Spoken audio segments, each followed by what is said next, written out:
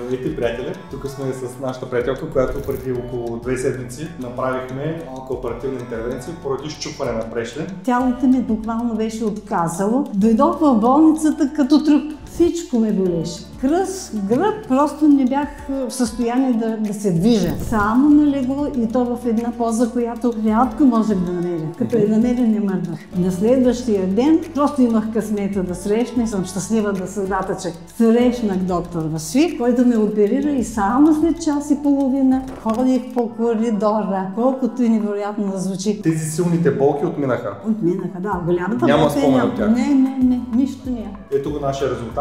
Пациентката дойде с много силни болки. А сега е на крака. Без да се налага да приема някакви хапчета в момента. Нямаше нищо страшно, нищо притеснително. Нищо. Да. И всеки, който има проблем, да не се страхува. Да намери доктор Васви и да продължи лечението си. Съвременните оперативни намеси водят до тази усмивка и не се налага нашите пациенти да живеят на легло. Няма нужда техните близки да ги гледат, да ги обгрижват, а могат сами да се грижат за себе си. Това е най-голямото щастие. Да знаем, че сме свършили качествена работа. Това е за мен най-важното, да има качествен резултат и това да се вижда в твоите очи. И върнете усмивката ми.